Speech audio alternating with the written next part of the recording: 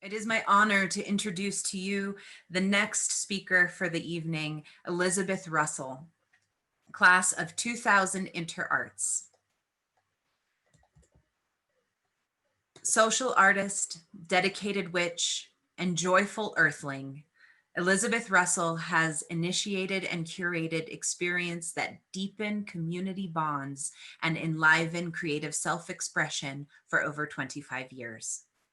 Her projects have included the Mid-Missouri Center for Sustainable Living, the B-Space Studio, and the Life Art Being Integrative Arts Festival in Portland, Oregon. For her Naropa Senior project, she co-created the Gaia's Witness Pilgrimage Project in 1999. With Dreamfruit, she has now created an annual series of books and tools to bring the great tuning to life. The great turning to life in our imagination and in our daily lives. Elizabeth lives in Eugene, Oregon, where she hosts monthly circles and creative processes to inspire radical engagement with the living cosmos. Let us welcome Elizabeth Russell for her Spark Talk, Radical Belonging in the Age of Estrangement.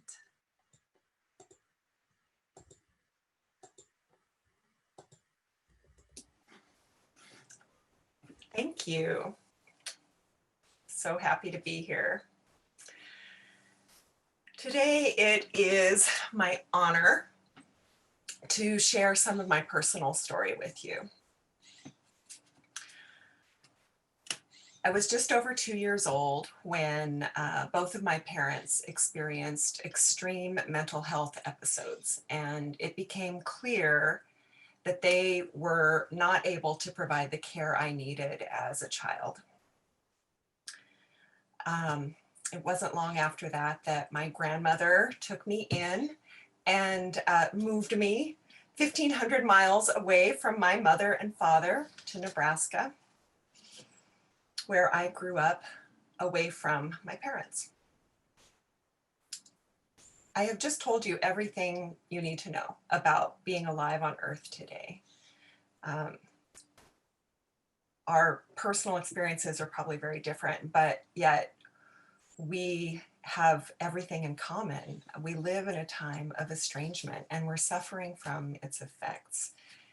We as humans have created and have been living inside of this myth of separateness, this idea that we are somehow removed from one another and from the living body of Earth. And in fact, even our world religions have this story of being cast out or being given dominion over. This idea that we are somehow not connected to one another or to the very planet that we call home has given us this logic, this hidden logic. It follows that if we're not connected, then what we do to one another or what we do to the living body of Earth is not also done to us. This crisis of separation, this myth, has created a cascade of crises that Dawn has already mentioned, and I think we're all painfully aware of. Climate change, chaos and breakdown, resource extraction and depletion, social stratification and injustice, war, hoarding of energy, of power, of money, of resources, hyper-consumer. Okay, you get it. There's a disturbance in the force. That is where we find ourselves. What I want you to know is I was very fortunate. Although I was separated from my mother and father growing up, I was raised in a loving family. And because I grew up with my grandmother in Nebraska, I spent a lot of time outside. So although I experienced what would be quite naturally, you would expect, the sense of disorientation and displacement from being separated from the very bodies that had created my body, I had all of this opportunity to bond with nature. And that is where my sense of belonging was derived. And it makes sense when you think about it. Nature is a constant. I knew that it would not abandon me. It was something I could rely on. I knew that I could go outside and that the stars that the constellations would be ones that I recognized. I could find and forage for wild asparagus. I could identify the wild birds. And this sense that the sun would rise and set, and I could count on the moon to wax and wane, and that the seasons would progress, and that the creatures and trees would be companions to me, created a stability in my life. And yet, by the time I got to college, it became painfully clear that what I considered to be a constant was, in fact, vulnerable to permanent harm. Indeed, the living earth is imperiled. We know this. I did what I could do to protect what I loved.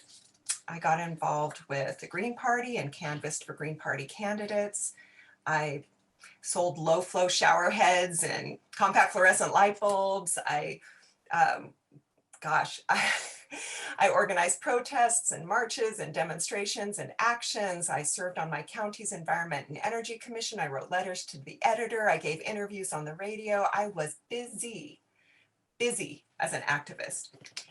And yet, the feeling that I had was that I was pouring water through a sieve. It seemed like I had a box filled with teeny tiny band-aids that I was trying to put over this hemorrhaging wound that I didn't have a name for. I was trying to solve the world's problems using the same mode of thinking that had caused them, and I was tired. By this time, I was working 80 hours a week doing sustainable living education and community outreach and organizing. I was volunteering on countless projects in the community, and I was, big surprise, burning out. I am guessing that I am not the only person in this room right now who has had the experience of burning out on activism. And I am sorry to say that I won't be the last. Burnout is a very real thing. And just to say, the thing about burnout is it's like hitting a brick wall going 70 miles an hour. There's nothing to do but stop. And I was exhausted. I was depleted. I couldn't listen to the news anymore. I couldn't finish my simple tasks that were my daily responsibility in my work. I just was done.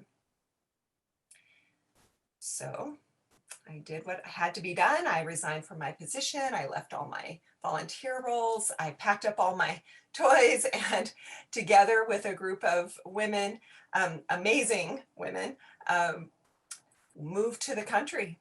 And we started an intentional living community on the land in mid-Missouri.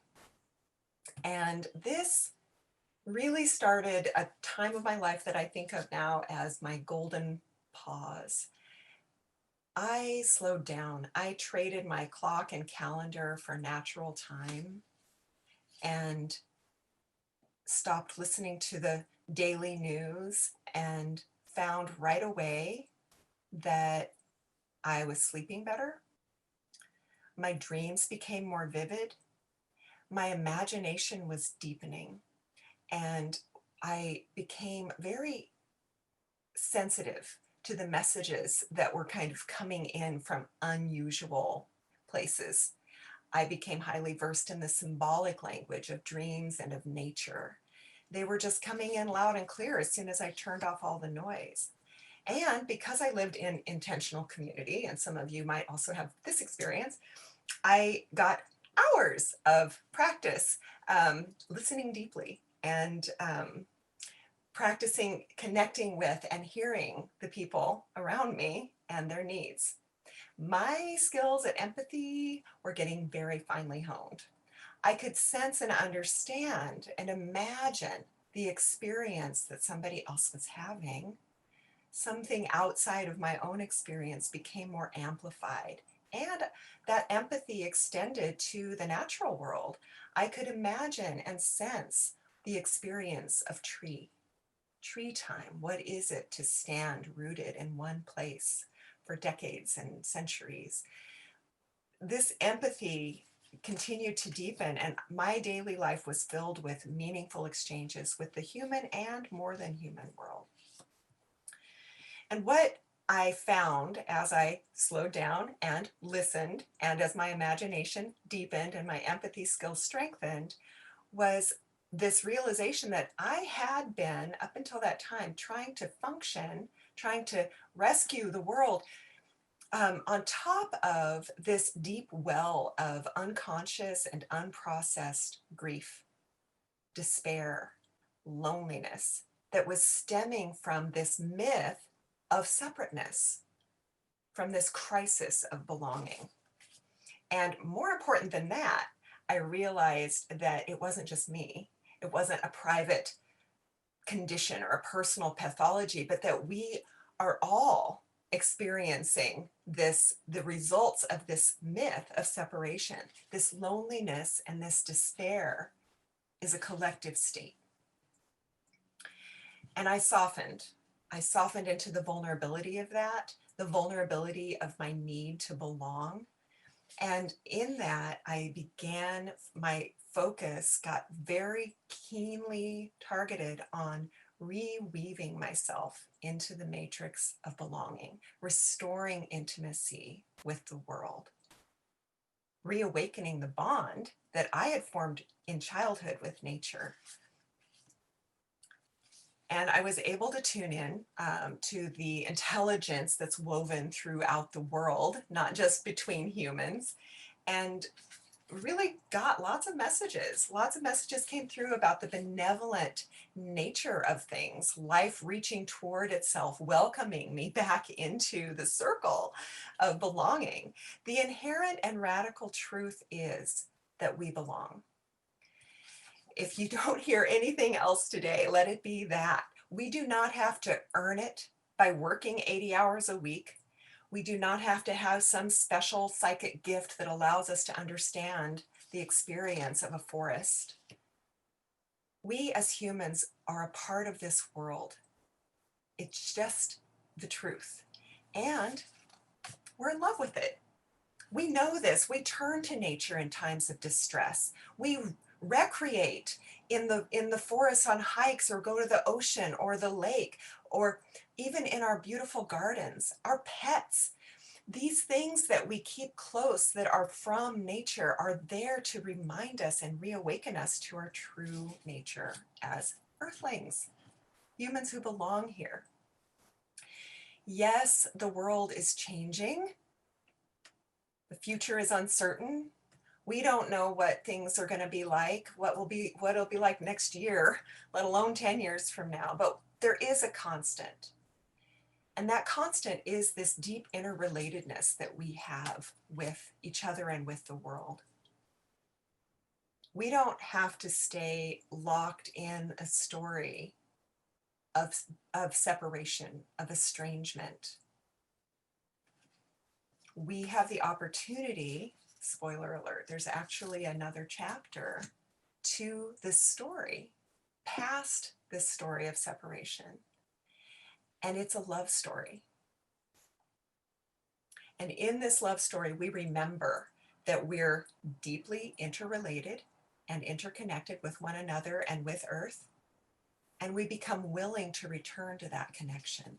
If this were like a movie, if our lives that we're all sharing right now with all of the everything coming down around us, I want to be honest, it wouldn't be one of those post-apocalyptic, like dystopian flicks that we just like freak ourselves out by watching. It's actually a romantic comedy, and we are in the last scene.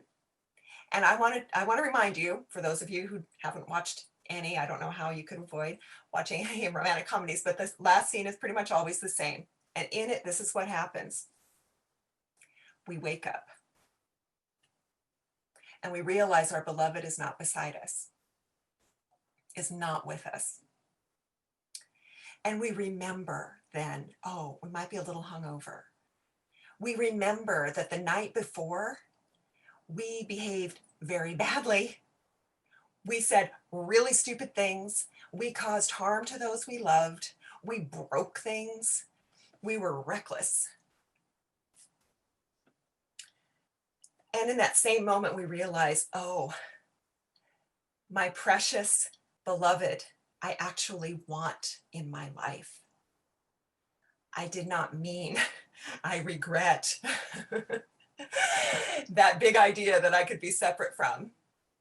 We pull on our shoes and our clothes and our jacket and we run down the stairs and we run out the door and we catch the very last bus at the very last minute.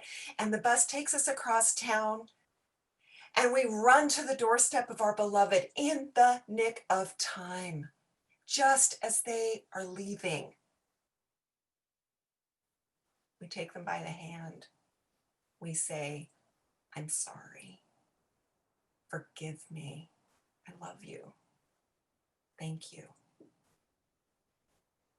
We know that we have amends to make. We feel the remorse of that. We know that our beloved is wounded and that part of the harm that our beloved has experienced has been at our own hands. That our beloved is imperfect, and yet we are willing. We are willing in sickness and in health to stand with, to stand in the circle of life, to stand with what we love. To understand that the story is not a story of estrangement, but that in fact we have the opportunity to return to our birthright of radical belonging. That's what I have to share with you today. I'm wishing you very well on the journey back to beloved community. Thank you so much for your time.